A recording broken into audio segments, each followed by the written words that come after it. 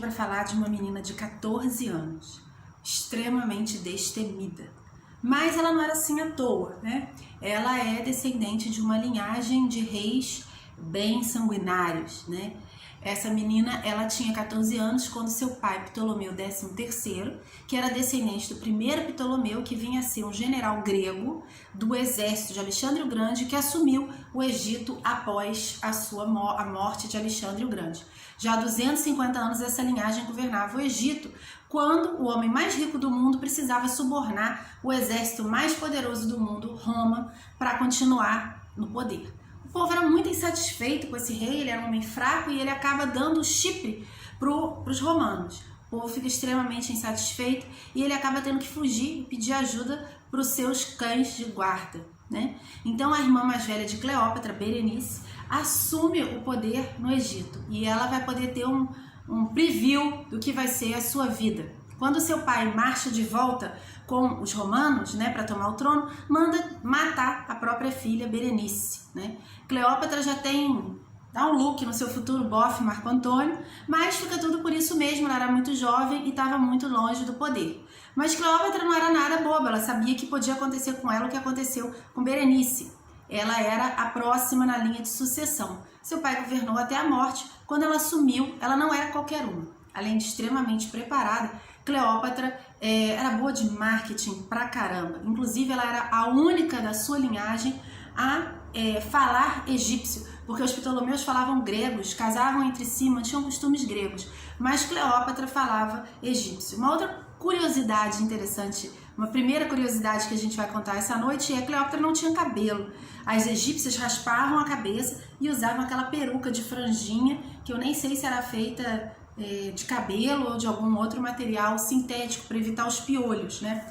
Cleópatra era extremamente preparada. Cleópatra tinha estudado grego, filosofia, perfumaria, direito, contabilidade palaciana, subiu ao trono com 17 anos, falando uma dúzia de idiomas, sabendo matemática, filosofia e astronomia. Foi a primeira pessoa da sua família a liderar falando egípcio, porque os Ptolomeus decidiram seguir a linha egípcia e deixar mulheres governarem, diferente dos romanos. Uma das qualidades de Cleópatra é que ela se preparava para as situações antes que elas acontecessem. A vida de Cleópatra foi uma vida de muitas turbulências, mas Cleópatra ela tinha um dom, ela sabia se preparar para as coisas muito rapidamente antes que elas acontecessem. Então, quando seu pai morre, ela é obrigada a seguir a linha romana, porque eles não permitiam que ela governasse sozinha sendo mulher. Então, ela teve que assumir junto com seu irmãozinho mais novo, né? Só que o Egito tinha eles tinham uma série de sacerdotes ali e de pessoas que viviam na corte e que acharam que não era interessante uma mulher tão preparada quando eles podiam ter um reizinho soldadinho ali mais bobinho para ser manipulado por eles. Então eles começam a conspirar contra Cleópatra. Ela foge para o deserto para não ser morta, mas Cleópatra não era mole não. Cleópatra começa a juntar um exército no deserto, né? Ela já era muito querida porque ela já tinha ela sabia liderar aquela sua posição pelo seu dom de antevisão. Há anos que ela já vinha se preparando para ocupar esse lugar. Então Cleópatra começa a juntar soldados no exército, pessoas que a defendam. Cleópatra tinha pessoas que queriam ela muito bem no palácio e que informam ela do que vinha acontecendo ali naquela corte. Então quando vem uma briga entre César e o seu oponente, outro general, essa guerra civil vai influenciar muito o destino de Cleópatra, porque esse general vai fugir para o Egito e o irmão dela, despreparado, vai cortar a cabeça desse general para entregar para César, porque ele viu que César tinha mais chance política, né? Só que César não gosta nada disso, ele achou que era um desrespeito aos romanos ele cortar a cabeça de um general, né? Essa era a forma deles de mostrar o poderio bélico que eles tinham, que na verdade eles precisavam do dinheiro do Egito, mas eles queriam mostrar que o poder que eles tinham precisava ser respeitado. O irmão dela fica cerceado dentro do castelo. Cleópatra corre para dentro do castelo, né, escondida. E segundo Shakespeare, agora a gente não sabe mais dizer se isso é real ou ficcional, Shakespeare contou muitas histórias que eram histórias verídicas, Romeu e Julieta era uma história verídica, Hamlet era uma história verídica, mas a gente não sabe mais o que tem de inventado por ele e o que tem de real, né? Mas agora a gente não tem certeza se a grande cena de Cleópatra e César era uma história shakespeariana ou uma história que aconteceu. Mas a lenda diz que ela se enrolou num tapete e mandou que dessem de presente para ele esse tapete. Quando desenrolaram o tapete, ela sai nua e fala: eu sou o Egito. Né? E o tio Suquita ficou bem impressionado, independente do que tenha acontecido. César já era um homem uns 30 anos mais velho que Cleópatra, quando ele a conhece, e ela acaba seduzindo ele, né? Porque quando ele sai do Egito alguns meses depois, ela estava grávida de Cesáreo, seu primeiro filho. Até Cleópatra, a frase marca registrada de César era: eu vim, eu vi, eu venci, mas acho que essa frase caberia melhor na boca de Cleópatra. Cleópatra foi desfilar em Roma. Esse desfile que a gente conhece dos filmes de Hollywood é bem possível que tenha sido parecido com o que aconteceu, porque na verdade não era bem uma visita, era uma campanha de marketing, né? Talvez um show passeata muito parecido com o que tem acontecido recentemente. Ela foi mostrar toda a sua riqueza e opulência com seu novo marido consorte, que era o seu irmão mais novo que aquele que tinha traído ela, e seu filho Cesáreo, né? Inclusive foi vista também a primeira girafa em Roma e sua irmã Arcione, que era aquela que poderia assumir o trono no seu lugar e que ela pediu a César que prendesse. Ela desfilou acorrentada em Roma e acabou presa no templo de Diana.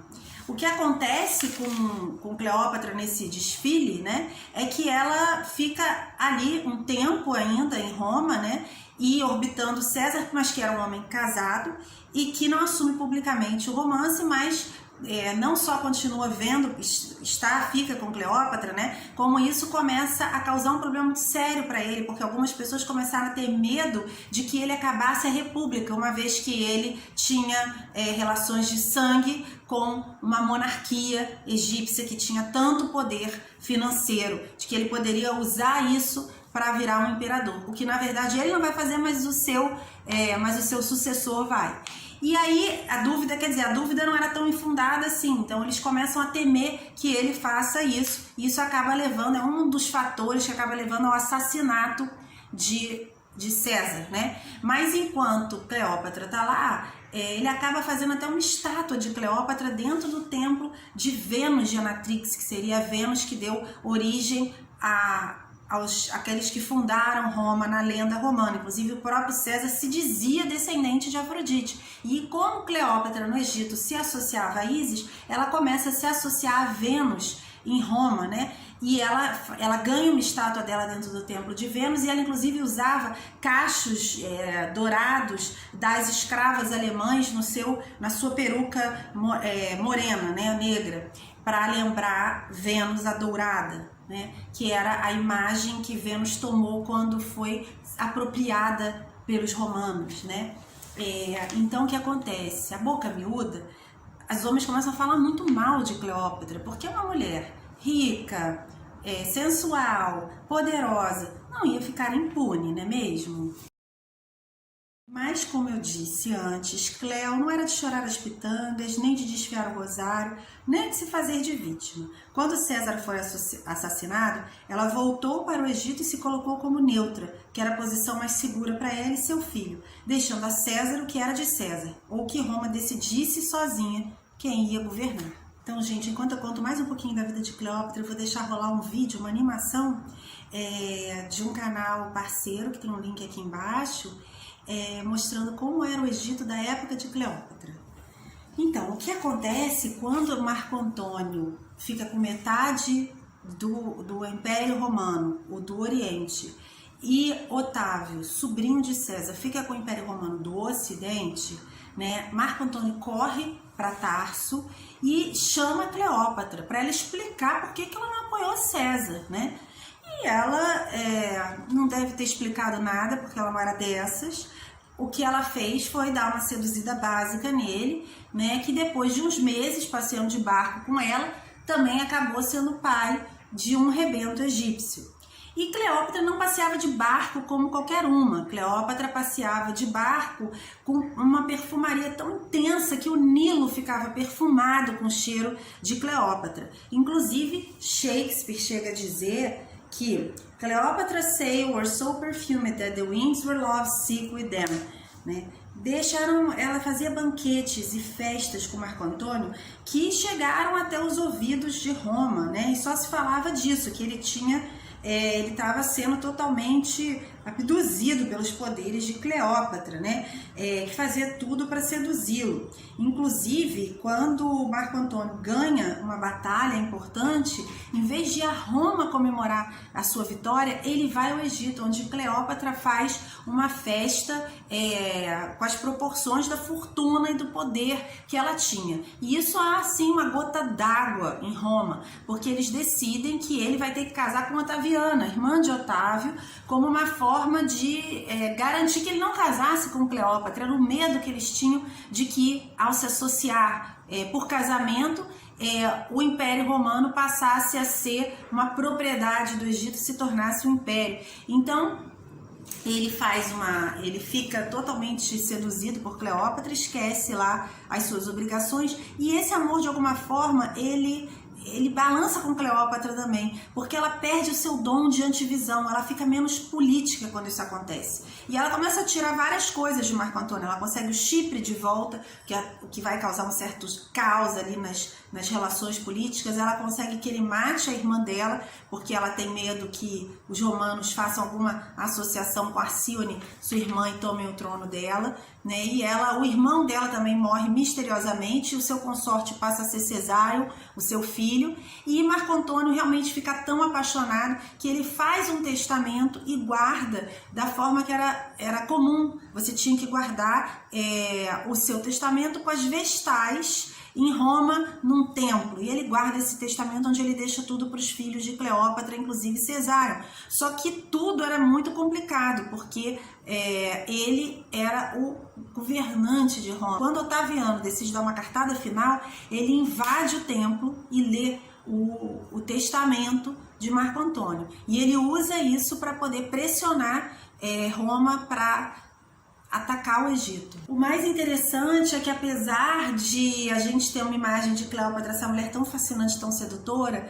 e dentro da nossa cultura, do nosso sistema de crenças, a gente acha que ela tinha que ser lindíssima para ter esse poder de sedução, né? Mas Cleópatra, para os nossos padrões de beleza, de uma beleza muito harmoniosa, né? Nariz, queixo, maçã do rosto, ela seria considerada feia para os padrões de beleza, inclusive da época. Ela não era uma mulher que tivesse traços assim típicos, considerados de uma beleza acima da média, né? O que ela tinha acima da média era seu QI, sua sensualidade e talvez outras coisas que a gente jamais vai saber, porque na Biblioteca de Alexandria existia um livro de Cleópatra sobre a alquimia dos perfumes, né? Sobre como usar a perfumaria. Dizem que Cleópatra era uma estudante também de várias artes da sedução, que ela inclusive contratava mulheres para ensinarem a ela sobre sedução.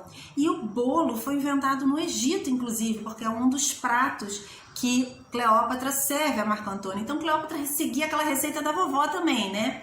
Prendia o homem pela boca, porque os banquetes que ela fez para Marco Antônio ficaram famosos até no Egito. Quer dizer, imagina que a Caras da época só publicava isso. Cleópatra chegou a declarar que ela e Marco Antônio formavam a sociedade das vidas inigualáveis, só azeitando o ego do bofe. E assim Cleópatra e Marco Antônio tiveram 3 filhos, gêmeos, Alexandre Hélios e Cleópatra Selene, e mais um terceiro filho. E aí Marco Antônio mandou Otávia voltar para Roma, porque ela estava ali sobrando na relação, coitada. E isso tudo foi abalando muito a opinião pública sobre Marco Antônio em Roma. Bem Guerra dos Tronos, né, gente? E aí o que acontece é que lá no Egito o povo não ligava muito para a vida afetiva de Cleópatra. Primeiro porque ela estava tendo o apoio de Roma. Segundo que ela era uma excelente gestora. Então ela trouxe o Egito de volta à sua opulência de anos, de décadas atrás, né? Então para o povo do Egito isso não fazia nenhuma diferença. À medida que seu poder ia aumentando, Cleópatra foi se dando apelidos. né? Neia Isis, nova Isis. Segundo Marco Antônio, rainha é a mãe de rainhas e reis. Enquanto ele se vestia de Dionísio e bebia cada vez mais, e a fama subia à cabeça dele. Caindo de boca no Marquinhos. Ele não vinha mais a Roma, pintavam Cleópatra assim, tipo uma Meghan Markle egípcia. Só que rica e poderosa, né? Manipuladora, cruel, que tirou ele da sua terra natal e acabaram usando ele para invadir Roma. Sendo assim, o Senado acabou declarando guerra contra Antônio e Cleópatra. Os dois foram para a Grécia para juntar exércitos, onde foram recebidos calorosamente pelo povo. Otaviano sentiu-se ameaçado, já que da Grécia poderia facilmente invadir a Itália. O que acontece de problemático? Ele faz um ataque por mar, junto com Cleópatra. Chega no meio da batalha, ela trai ele, né? Ela vê que vai perder e pega as suas frotas e vai direto de volta para o Egito. Eu não sei se ela traiu ele porque ela desistiu da guerra ou se ela achou que ele ia seguir ela. Se ela saísse, que é o que acontece, ele acaba seguindo ela. A questão é que ela avaliou que eles iam perder aquela batalha e preferiu voltar para casa. Então, Cleópatra mudou o nome da sociedade deles, que já não era mais das vidas inigualáveis, vocês podem imaginar. E Otaviano cercou Alexandria, né? Marco Antônio ficou um tempo esperando para enfrentar o combate, enquanto Cleópatra criava seu mausoléu dentro do seu castelo, cuidava para que seus filhos fugissem e não fossem mortos, que era uma prática na época, né? Enquanto isso, ela tenta fazer um acordo com Otaviano que propõe que ela entregue a cabeça de Marco Antônio e continue rainha. Ela não aceita, o que é uma prova de que ela realmente se apaixonou por ele. E Marco Antônio recebe, num estilo bem Romeu e Julieta, a notícia de que Cleópatra teria se matado antes que ela morresse. Ele se suicida e ela chega a fazer o funeral dele, dá para ele um funeral, vela o corpo, faz um funeral romano e, por fim, ela decide também se matar. E Cleópatra, dizem que ela morreu com as cobras e tal, mas os estudiosos de Cleópatra dizem que isso não faz sentido. Ela deixou na Biblioteca de Alexandria um livro sobre ervas, né? Apesar de que ela tinha um grande conhecimento assim, de ervas, de alquimia, ela não teria se matado de uma forma tão dolorosa. Provavelmente ela se matou com as sementes de papoula que fazem ópio. E o que é mais assim, interessante, né, é que ela acaba, apesar da morte, entrando para a história como uma das maiores rainhas do Egito, né? E Otaviano, que causou esse grande finale, né, vira o dono do Egito, vira uma propriedade pessoal dele e acaba virando imperador de Roma e restituindo o império em Roma e acabando a época da República, né? E o que acontece é que levou eles da sociedade das vidas inigualáveis para a sociedade dos prestes a morrer. Eles esqueceram seus papéis por um momento, né, e começaram a viver para si mesmos. E esse mundo aqui, ele, enquanto a gente está vivo, ele tem demandas, desafios, dificuldades, né? E ele ficava vivendo no castelo vestido de Dionísio, de repente eles se consumiram um pelo outro e por aquela entourage que eles viviam, que é o que eu interpreto, né? O que eu imagino.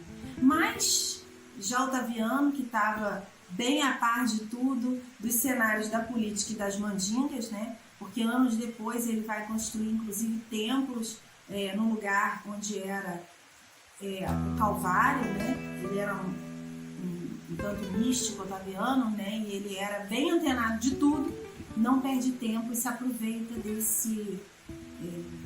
desse momento em que Cleópatra perde esse seu dom, essa sua sagacidade de antever o futuro e se deixa levar pelo momento que ela está vivendo.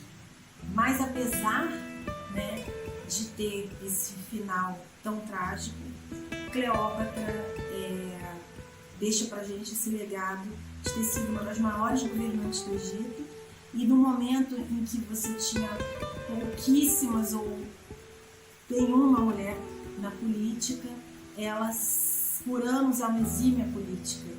Então, reine como uma garota.